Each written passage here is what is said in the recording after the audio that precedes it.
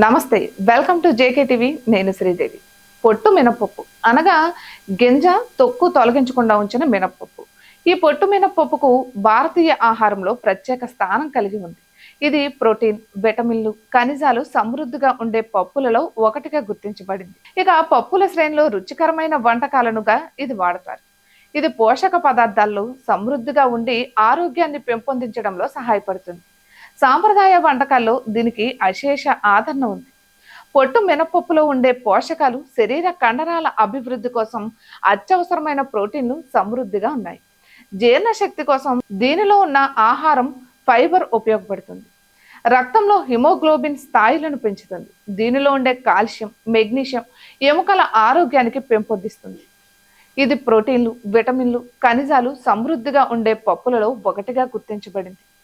ఇటువంటి మరెన్నో వీడియోస్ కోసం జేకే టీవీని సబ్స్క్రైబ్ చేసుకోండి.